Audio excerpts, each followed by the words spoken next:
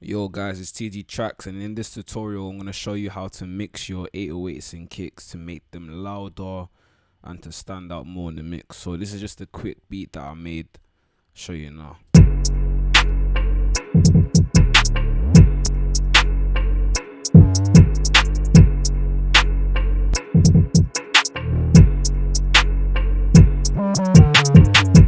So yeah, that's the beat.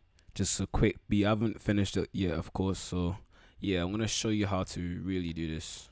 Let me just actually put everything into the mixer. Alright, cool. So now you got the kick, which is here, and you got the 808 that's here. Now to make it stand out more in the mix, there's essential mixing tips that you need to actually take note of. So when I'm mixing, I always mix in mono. That's the first thing I do. If it sounds good in mono, it will sound good when you reset it back into stereo. So I'll show you what it sounds like. Obviously 808 and kicks are gonna pretty much sound the same in mono and stereo, but you just want to make sure just in case. So yeah, with the 808s, what I've done is I've put the sausage fattener on it. It's actually a really good VST, a really good plugin to actually put on your 808s just to make it sound fatter. So I'll turn this off and then let you hear what it sounds like.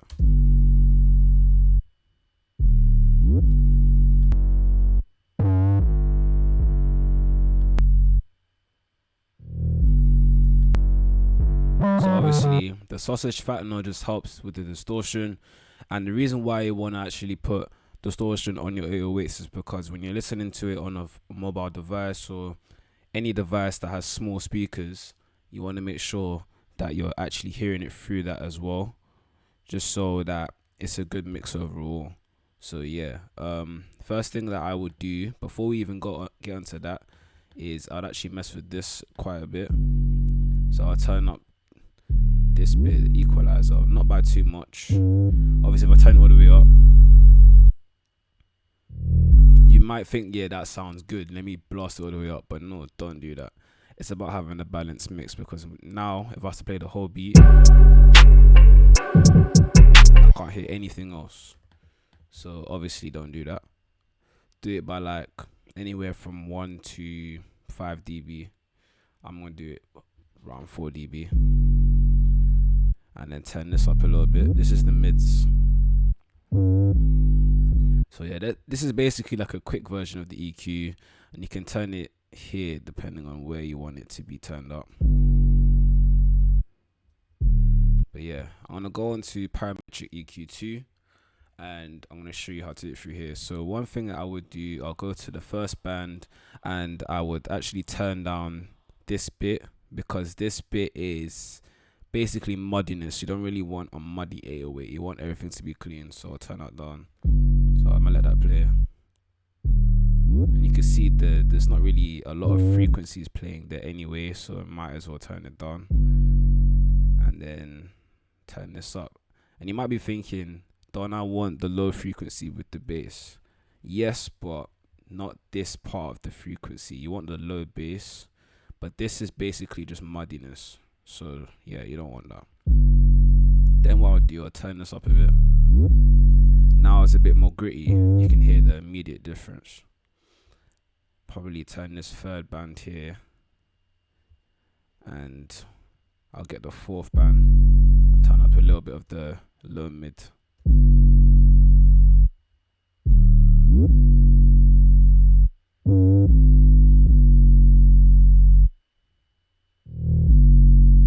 It really depends on the 808, but I'm basically turning up the frequencies that have the brightest frequency in that range. So where you can see where I've turned it up, that's where it's brightest. And one thing I'd actually do is turn down a little bit of the treble, unless you want distortion. As you can see, I'm mixing it in mono and it sounds worse if I turn this down. Sounds weak. Whereas if I let this play, it's more distortion to it. So that's what you want. And then Actually, leave it like this. But yeah, that's what I'll do for that. Pretty simple. Don't really need to do much. Now you've got the kicks.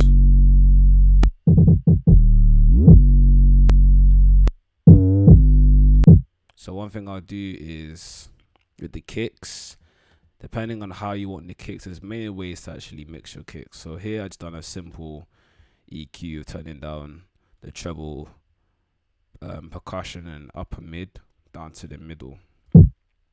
So something like that. But one thing I'll do is I'd also turn down the muddiness of the kick. The kick, you actually have to turn down more of the muddiness because it's not like a bassy, it's more to do with punchiness. And now it sounds cleaner. I'll turn up a little bit of the low bass. Actually, no, I will not turn up the low bass. I want everything to have its own spot because the 808 is pretty much dominating this frequency and it's dominating this frequency here. It's dominating the low bass and the low mid. So for the kick, I'm going to dominate the bass bit here. Like that. I'm actually going to reset this one just so I can show you properly. So the bass has the 808 has the low bass, the kick has the bass, 808 has the low mid. Now I'm going to turn up the mid here. Just to add that punchiness. Let's see where it sounds good. One here is good.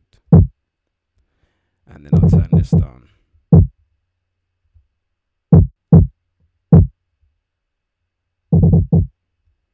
I won't turn up by too much, by like 3 dB. That's what you need. Now when you play it together, and play with the rest of the beat.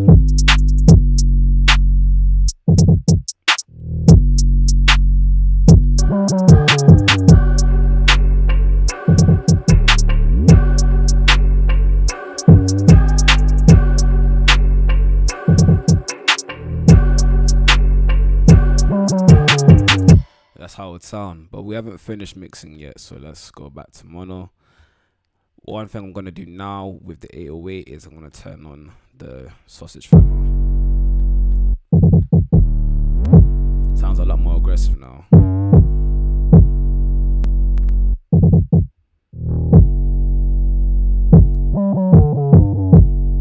Yeah, like this.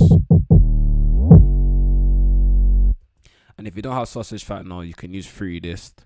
So I'm going to go into free Dist. If I can find it. Alright, cool. Free Dist. And the arrangement of where you put your plugins is very important. So I'm gonna mix this with free Dist real quick.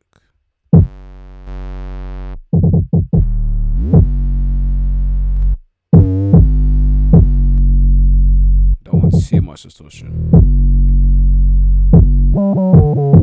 So I'm gonna let this play and then I'm gonna rearrange the plugins and there might be a slight difference.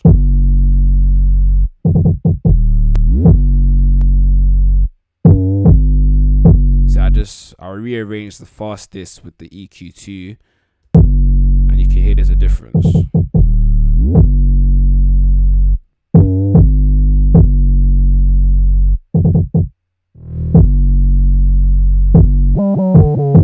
So the arrangement of where you put your plugins is also important. You can mix them a certain way, but you might find a better way, a better sound by simply just rearranging it. So that's one thing you can do. But yeah, that's pretty much that EQ tutorial on your kicks and 808s. So yeah, if you guys like the video, obviously like the video and comment if you want another UK draw tutorial and I'll get on with that.